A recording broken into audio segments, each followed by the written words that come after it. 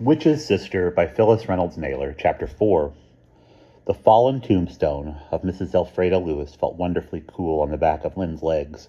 She leaned against the tombstone of Mr. Lewis and looked up at Mouse, who was perched between the two angels, her arms draped affectionately around the neck of one.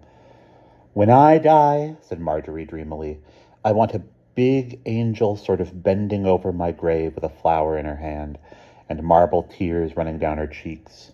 Mouse was wearing a pair of jeans, torn at both knees, and an enormous purple t-shirt that hung far below the hips. She looked like an orphan just picked up off the street by two heavenly visitors. Lynn let her dream on for a while longer, and then reminded her of the purpose of their meeting. "Who's going to get the doll?" she asked. "You or me?" "You," Mouse replied instantly. "One bad stomachache is enough." "It probably won't make any difference," Lynn mused. "She's getting to the point where she can cast spells even without the doll. Yesterday, Stevie made her angry, and she told him to go drop. He walked right off the porch and cut his lip as if he'd been hypnotized or something." "Maybe if you know somebody is likely to put a hex on you, you can resist it," Mouse said. "Maybe if you lit a candle and held it under your chin and said, 'Hex be gone,' 7 times, it couldn't hurt you." "Did you read that somewhere?" "No," Mouse replied dolefully. "I made it up." "The problem," said Lynn, "is that Judith is way ahead of us. She knows all kinds of things that we don't. You know what I saw in her room the other morning? A broom and a candle. Doesn't that seem odd to you?" Marjorie slipped off the angel's scroll and crouched down beside Lynn. "What color was the candle? It wasn't black, was it? Or red?" I think it was purple." Mouse sucked in her breath. "I read about candles last night. Chapter 5. Purple is for contacting the spirits. And if you ring a small clear bell 9 times, or let a tea kettle whistle, it will bring visitors from the other world. Does she have a bell?" "I don't know. I haven't seen one, but I thought I heard one the other night just as I was falling asleep." "Does she have any rings?" "She used to, but she never wears them." Mouse's face was drawn up in a serious scowl. "Lynn, have you ever heard of the full moon ring spell?" "No." "The full moon ring is one of the first spells a witch casts because it protects her. When the moon is full, she has to boil her ring for 5 minutes, and then she lights candles and sprinkles olive oil and chants, 'I am the wind,' or something. And then she has to wear the ring all the time after that, and if anybody steals it, something awful will happen." Mouse was quiet for a moment. "That book is giving me nightmares, and I'm only halfway through." "Do you want me to read for a while?"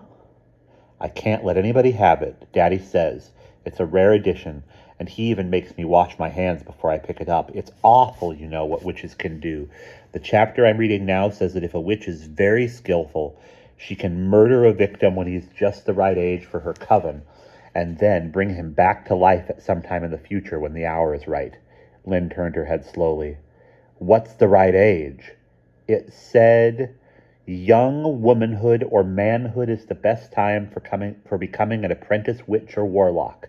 And it said that drowning is the preferred method of murder because it preserves the body without blemish." "Honest, Lynn, that's exactly what it said." Lynn thought it over. "Well, Judith's certainly the right age, but I don't think Mrs. Tuggle is going to drown her for later. She must need her now. That's why she's been teaching her so much. In fact, Mrs. Tuggle might have her eye on half the girls in town." "I don't think so." Mouse adjusted her glasses and sat up straight. "The book says that only a gifted few are called upon to become witches or warlocks, and that a 7th power witch sometimes has to wait years before she finds all the right people for her coven." "I wonder how she picked Judith," Lynn mused. "I mean, do sparks fly or cats meow or something when the right person enters the room? Do you suppose Mrs. Tuggle gave Judith an aptitude test?" "Maybe when they were sewing together they pricked their fingers and the blood matched," said Mouse. "Just think, a long time ago somebody must have discovered Mrs. Tuggle and turned her into a witch. And when Judith grows up, she'll find somebody else to teach," said Lynn. She was silent for a moment, and then softly she began to repeat the verse she had heard Judith chanting. "From the shadows of the pool, black as midnight, thick as gruel, come, my nymphs, and you shall be silent images of me." "Good Lord," shivered Mouse. "What's that?" "Judith's chant," Lynn replied grimly. At the bottom of the Morley steps, They stopped and went over the plan once more. They would wait until Judith left her room. Then Mouse would keep watch, while Lynn went up and stole the doll from the blue box. They would bury it later. Slowly they went up the walk, and then up the steps to the porch. There was no sound at all from inside, not even Stevie's monotonous little hum as he went about his play, or the thunk of his blocks on the bedroom floor. Lynn was uncomfortable when she left him alone in the house with Judith. "Stevie!" Lynn called. There was no answer. Suddenly, Judith appeared from nowhere, standing in the doorway of the kitchen. Mouse gave a muffled squeak. "Stevie's at a birthday party. He'll be home after a while, and I'm going down to the creek to swim. I don't want you following me, do you understand?" Her voice sounded strange and far away. Lynn didn't answer. She couldn't, because there on Judith's head was a ring that she had never seen before. Because there on Judith's hand was a ring that she had never seen before. A shiny silver ring, obviously new. The back screen slammed, and Judith's footsteps sounded on the steps. "Mouse, did you see it?" Lynn cried. "The ring!" Mouse nodded. "And the way she looked at us!" They raced to the dining room window. Judith was just leaving the garden and starting down the path through the high weeds. Finally, only her dark hair was visible above the bushes, and then she was out of sight. "She's gone," Lynn said. "You stay right here and watch. Yell if you see her coming back." With her heart beating rapidly, Lynn hurried up the stairs. Slipping past the drawn curtain into the forbidden room, the enormity of what she was about to do made her jump at every creak or moan of the old beams. The room looked exactly as it had before, with the broom in one corner and the purple candle on the bureau. The tip of the candle was black. It had definitely been used. Lynn's eyes scanned the length of the dresser till they fell on the blue satin box, sitting amid a clutter of stuffed kittens and photo albums and hair curlers. Lynn stretched out her hand, then paused. She was almost afraid of what she might find in it. Something dead, perhaps, or shark's teeth, or crow's feathers. "Hurry up!" came Marjorie's whispered voice from the bottom of the stairs. "I get the creeps down here alone." Swiftly, Lynn picked up the box and opened it. The box was empty. Putting it back in place, she turned and rushed down the stairs. "She knows!" she breathed, wide-eyed. "She knows! We were coming to get the doll. It's gone." "I'll bet it's not far away," said Mouse, more determined than ever. "Not when she can work such good spells with it. She's probably got it with her. If she's swimming, it'll be there on the bank. All you have to do is take it." Mouse was incredibly brave when it came to assigning jobs to other people. "You heard what she said about following her," Lynn hesitated. Mouse looked her straight in the eye. "If you had a stomachache like I had a stomachache," she said, "you wouldn't waste a single minute." And so it was settled. They knew that Judith would be watching the house, so they went down the street to Linden's Corner, hiked to the creek from there, and started back up again on the other side. There were blueberry bushes to hide them all the way, and it was the direction from which Judith would least expect them. Carefully they made their way along, stopping every few feet to look up over the top of the bushes. They heard her voice before they came in sight of her, her bell-like laughter ringing out over the field, as though she were casting a spell on the grackles and crows that lived along the creek. Then they saw her kneeling on the bank at the water's edge, her long hair hanging down over the shiny ripples, arms outstretched. Suddenly she jerked her head back so that the dark hair flew upward and cascaded down around her shoulders. "Rise, O creatures of the depths," she chanted. Lynn and Marjorie strained to see as slowly 2 legs began to emerge from the surface of the water, feet first, till they stuck straight up in the air. Then there was a great splash, and a boy about Judith's age rose up out of the water, rubbing his face with one hand, looking foggily up at the sorceress on the bank who had conjured him. "Ah!" Judith cried, clapping her hands in delight. "It worked!" It was a boy Lynn and Mouse had never seen before in their lives. He had pale skin and pale hair, and he moved slowly through the water toward Judith, shaking the water from his head. At that moment, Stevie's voice sounded faintly from across the meadow. "Lynn! Judith! I'm home!" Instantly, Lynn began to back down the row of blueberry bushes, creeping silently so as not to attract attention. Mouse close behind her. They continued to move slowly, cautiously, until they reached the sycamore grove, where they could finally stand up. A crow looked down at them beadily and gave a shrill caw. There were too many strange things happening now to begin to understand them all, Lynn thought. Lynn thought again of the tadpoles, the chant, and the strange boy there in the water. Who could he possibly have been? Mouse said at last, when she'd stopped trembling. Have you ever seen Judith with him before? I've never seen Judith with any boy before, Lynn told her, and that one certainly doesn't live around here. Well, the doll wasn't on the bank with her. I had a good look, and I didn't see it anywhere. That leaves only one place it could be, Mrs. Tuggle's. We'll have to think up an excuse to go there. Lynn felt exhausted from the tension. I've got to take care of Stevie till Mother gets home, she said. Wait till 4:30 and then we'll go. They sat on the porch and watched Stevie play with a paper airplane he had won at a party. As soon as Mrs. Morley got home and began making dinner, they started up the steep hill to the house at the top. I suppose she knows we're coming, Mouse said, when at last they reached the steps. She can sense it somehow. If she knows we're coming, then she knows what we're here for, Lynn said. We've got to be very careful. Somehow we've got to think of an excuse to get up to her sewing room. There was a brass knocker on the front door, which looked like a troll with its tongue hanging out. Lynn had never really looked at it closely before, but now as she stared, the creature seemed to roll its eyes. Mouse, she said quickly. Did you see that? What? Pleaded Mouse, grabbing hold of her arm, but the door was opening slowly to reveal a small woman in a blueprint dress, and her eyes were even stranger than those of the troll. As Mrs. Tuggle emerged from the shadows of the great hallway, Lynn saw that one of her eyes was gray and the other green, an oddity she had never noticed before on anyone else. Both eyes were small and seemed to peek out shyly from under her black bushy eyebrows. Well now, look who's come to pay me a call. The house isn't quite litty, but come in anyway and have some cake. Oh, we can't eat anything, Mouse said hurriedly. We just had lunch, supper. It will be supper time soon. A little bit of cake won't hurt you, said Mrs. Tuggle, not to be put off. She led the way to the parlor and promptly disappeared into the kitchen. Now, Mouse whispered, giving Lynn a shove. Go look for the doll.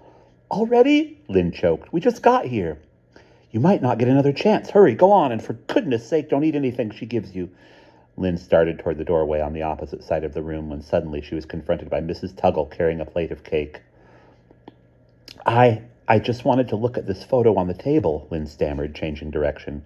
She moved over to a table in one corner and picked up an old picture of a young boy. One of my treasures, Mrs. Tuggle said, but a sad thing it is. Why, 'twas my brother at 6, when I was a young girl on the Isle of Man. That's where Castletown is, you know. I married then, and my husband and I brought him with us when we came to America. My mother was dead, and he'd none to take him in but me. For 10 years he lived here. And didn't I love him, though?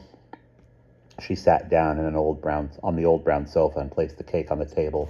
I watched him grow, I did. Saw him start school and ride a bike, and before I knew it, he was a fine young lad of 16, and then one day he was gone.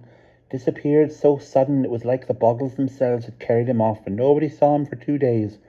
Then on a Friday, my husband went down to the creek. It was more like a river then, and he saw the body floating face down it was. We buried the poor lad down at the cemetery. Who killed him? Mouse asked, and the directness of her question startled even Lynn. The old woman's eyes narrowed, and she looked intently at Marjorie. Why, nobody killed him, child. 'Twas an accident. But how, we'll never know. The girls sat like statues, scarcely daring to breathe. The room seemed enormously large and darker than it had been when they entered. And yet it seemed strangely alive, as though even the figures on the wallpaper were watching. If ever you go across the cemetery, the old woman continued, take a bunch of posies for me and put them on his grave. You'll not have trouble finding it, for it's graced by 2 white angels holding a scroll between them. Mouse was already sitting on the edge of her chair, slid halfway off, and decorously scooted back up again. Slowly the girls exchanged a look of horror. Go on, have a piece of cake, Mrs. Tuggle urged, watching them. Oh, I just can't, said Lynn. Maybe I could take some home with me and save it till later. Of course. And if you're wanting more, I've plenty. The old woman sat quietly for a moment, then rambled on. Yes, it happened once in England, too, in the North Country, I heard. 'Twas a girl then, a wee one of 3. She slipped out one night in the marsh, and a bad time it was, because the cops was all in the bogs then. Great pools of dark water, they said, and creeping rivulets of green water and squishy moles which sank if ever you stepped on them. The hair on the back of Lynn's neck seemed to rise 2 inches. Some said it was the work of witches, so they sent out 3 men to seek her, and each of the 3 puts a stone in his mouth and a hazel twig in his hand, and he vows not to say a word till he's home safe again. Well, they went along, and the moon lit up the bog pools. There were shadows here and shadows there, waving rushes and trembling mools, and great black trees all twisted and bent. And sudden they came upon a box. Half hidden it was, like a coffin with a cross, and one of them up and forgets and speaks out loud and says, "Our Lord," first forward, because of the cross, and then backward to keep off the boggles. And when the other 2 men heard what he'd spoke aloud, they up and ran home to get away from the quicks and the things that dwelt there. And the Midland man, he sees what he's done, and he thinks, well, I've done for it now, so he might as well open the coffin anyway. So he pulls and he tugs and pushes, and finally the lid tumbles off, and there's naught but the little girl's fingers and toes. And some say if he hadn't spoken aloud, 'twould have been the whole girl herself, ready to come home. Lynn knew that if they listened any more, they would be in no condition to look for the doll. "I guess we've got to be getting home," she said. "Do you mind if we use your bathroom, Mrs. Tuggle?" "Do go," Mrs. Tuggle said, pointing to the stairs. "Turn left to the second door." They started up the dark, narrow stairs, clinging to each other as they went. From down below, they could hear the old woman crooning one of the tunes that Judith sometimes hummed. At the top of the stairs, they turned left, past the first door, past the bathroom, and tiptoed onto the sewing room. Softly, Lynn turned the knob. The door creaked as it came open. There was the sewing machine, a pile of unhemmed skirts, a sewing basket and shears, and on the end of the table, Judith's doll in the red plaid skirt, with pins sticking through the cloth and deep into the doll's abdomen. Grabbing the doll, Lynn stuffed it under her shirt and gently closed the door again behind her. They crept into the bathroom, flushed the toilet, and stepped back into the hall. Thunk, thunk, thunk. With wide eyes, the girl stood motionless, ears attuned to each little sound. Clump, clump, clump. There were footsteps on the floor above them, crossing over their heads. Bumping and pushing, the girls rushed back toward the stairs, leading down, but the footsteps were already descending from above, and suddenly a door behind them opened, and there stood the strange boy that Judith had conjured up out of Cowden's Creek. Without a word, the girls clattered back down, and not even waiting to say goodbye to Mrs. Tuggle, raced out the front door, down the steps, and across the lawn. "It's him!" Lynn panted. "It's Mrs. Tuggle's brother. She killed him, Mouse. I just know it. And Judith's brought him back. Oh, Mouse, what are we going to do?" And that's the end of chapter 4.